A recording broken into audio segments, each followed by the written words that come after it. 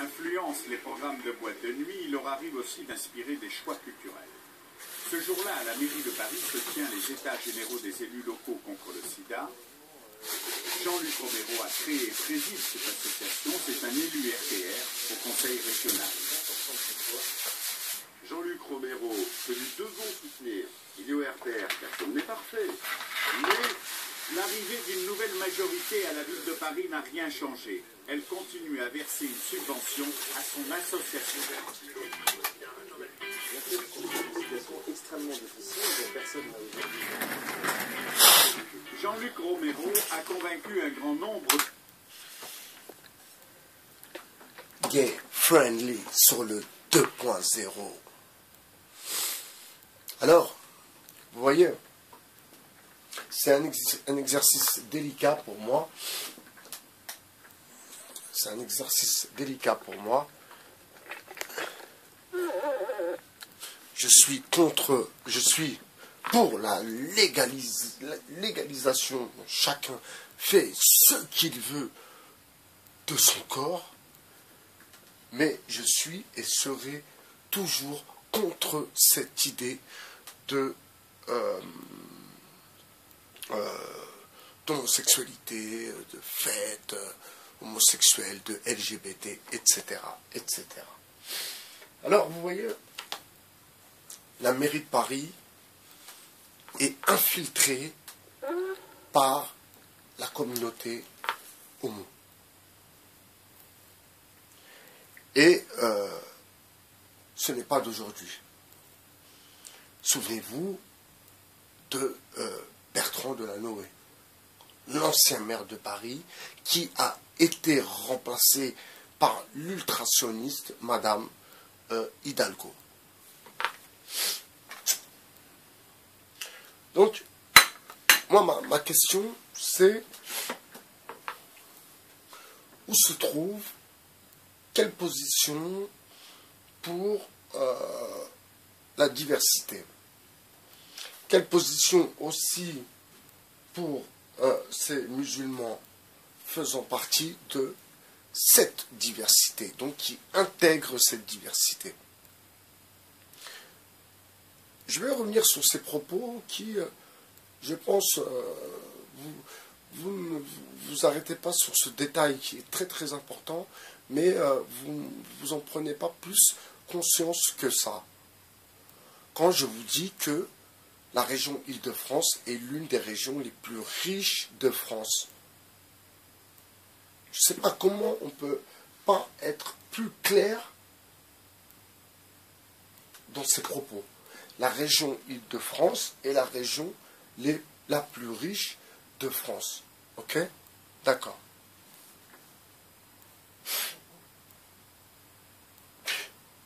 La communauté se pensant toute puissante est devenue, d'ailleurs, façon inquiétante. Elle a infiltré le pouvoir, elle a infiltré la mairie de Paris aussi. Les gay friendly ont aussi, eux aussi, infiltré la mairie de Paris. Et vous savez, je vous pose la question, mais moi je m'en suis rendu compte. Et vraiment, donc je vais en parler, et vous allez réfléchir un peu, et vous allez vous poser des questions quant à ceux que vous rencontrez qui travaillent dans les mairies. Eh bien souvent,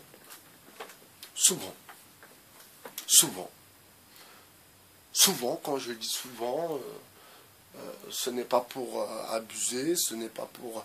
Vraiment, souvent, ce sont des gens venant de cette communauté de gay friendly. Mais pourquoi ils utilisent ces gens? C'est comme quand on utilise les gens fragiles pour commettre des attentats ou des méfaits. Eh bien, ce sont des gens aussi fragiles psychologiquement. Je pense que pour une personne ayant cette orientation, alors si l'on peut appeler ça une orientation sexuelle, mais pour ces gens ayant cette orientation sexuelle, pour le coup, ça doit être quand même, psychologiquement bien sûr, ça doit être difficile ça doit être difficile à vivre. Donc la mairie de Paris organise, donc avec votre argent bien sûr, organise des repas friendly, avec à disposition la cuisine, le service de la mairie, enfin bref, tous les organes quelque part de la société. Donc vous voyez, ces gens qui étaient une minorité,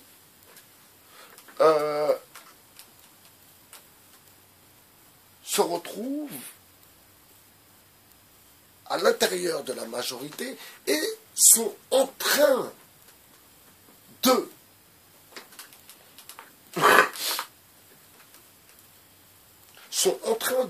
devenir prioritaires.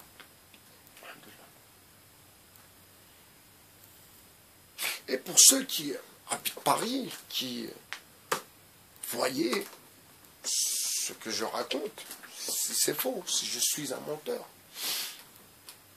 Regardez toutes ces petites meufs, ces petits mecs, comme ça paye pas de mine, mais ils savent très bien pourquoi ils sont là, pourquoi ils ont eu ce poste. Vous comprenez? On n'est plus à l'heure de se raconter des histoires.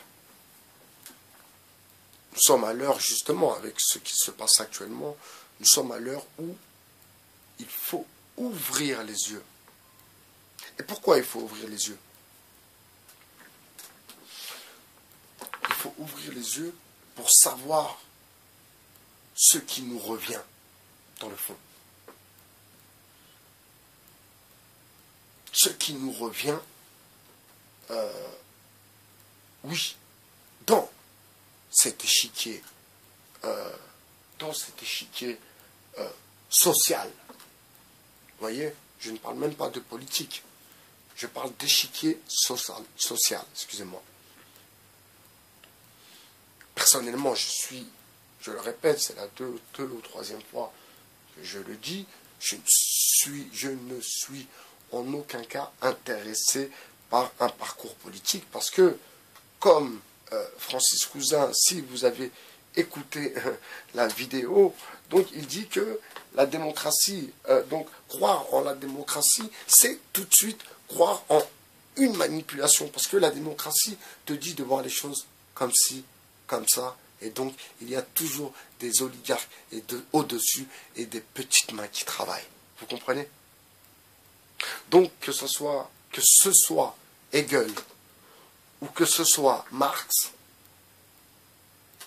ils nous ont démontré que cette idée de démocratie était en fait une absurdité, une totale absurdité. Et la preuve que c'est une totale absurdité, parce que nous n'arrivons pas à l'installer quelque part durablement. C'est-à-dire, on vient avec cette idée de de démocratisation. Alors, on vient avec cette idée de démocratiser, donc démocratiser un peuple, alors que cette idée même, donc cette hypothèse de la voix au peuple, les oligarques, que cette idée-là même ne tient pas la route et qu'elle ne fonctionne pas. Donc, on vient, excusez-moi, je reprends le fil, donc on vient dans ces pays en se prononçant démocrate, en se prétextant, excusez-moi. Voilà, vous voyez, c'est là la douille. Elle est où la douille? J'ai retrouvé la douille. Douille. Douille de 40-42. Douille, la gilet notance. Voilà. En se prétextant. Donc, c'est, en vérité, c'est un prétexte d'une précolonisation. Vous comprenez? C'est ça, en vérité. D'avoir rendu... Alors, on est entre 59 et 64, je crois, à peu près, hein, d'avoir rendu ces pays, soi-disant, leur avoir rendu leur souveraineté, leur indépendance. Mais, quand vous écoutez certains qui auraient voulu rester en Algérie, auraient voulu rester en Tunisie, ils disent que ça coûtait beaucoup d'argent, la colonisation. Donc vous voyez, avec une crise sociale, une crise financière, donc on revient 6, 7, 8, 9, on revient presque 35 ans après avec ce prétexte de... c'est fou quand même. C'est-à-dire on a décolonisé, excusez-moi, décolonisé, les pays ont leur souveraineté, leur indépendance. Le bazar, parfois, dans ce bazar, nous avons notre part de responsabilité. Il ne faut pas se raconter d'histoire, quand même, comme dit El Blancos. Et, donc 35 ans après, on revient avec cette idée de démocratie. Alors on revient et le prétexte est la démocratie. Alors que nous avons colonisé ces pays et nous les avons décolonisés. C'est incroyable. C'est incroyable pour vous qui êtes dotés d'intelligence. C'est incroyable quand même excusez-moi, c'est incroyable quand même de voir dans quelle matrix, pour le coup, tout le monde est. Alors pour revenir à la gay friendly, cette petite caste a réussi à rentrer à la mairie de Paris, à s'emparer du pouvoir, à faire travailler des gens de leur communauté. Et ça, vous ne pouvez pas, ceux qui connaissent Paris et qui connaissent les gens ceux qui connaissent Paris, qui connaissent les gens qui travaillent à la mairie de Paris, vous ne pouvez pas me contredire. Donc, à faire travailler ces gens, et pourquoi ils les font travailler? C'est ça ma question. C'est ça ma question. Parce que, quelque part, vous voyez, ils les utilisent parce que c'est dans les votes. Vous comprenez? C'est une communauté, la communauté gay-friendly, qui vote. Vous comprenez? Donc, ils sont obligés de leur donner une place, ma foi, respectable au sein de la mairie de Paris. Mais c'est là où, question, il faut se poser. Alors, est-ce que c'est à cause des financements des mosquées? Est-ce que c'est à cause de la mosquée de Paris? Est-ce que c'est à cause de l'UOIF? Est-ce que c'est à cause de Majid Kacha? Est-ce que c'est à cause de Bajrafil et de tous ces sbires que, eh bien, les portes des mairies ne s'ouvrent pas à la diversité? C'était ça ma question. C'était Baye BHR sur le 2.0. Excusez-moi. Alhamdoulilah. Nous sommes le 31/12/2018.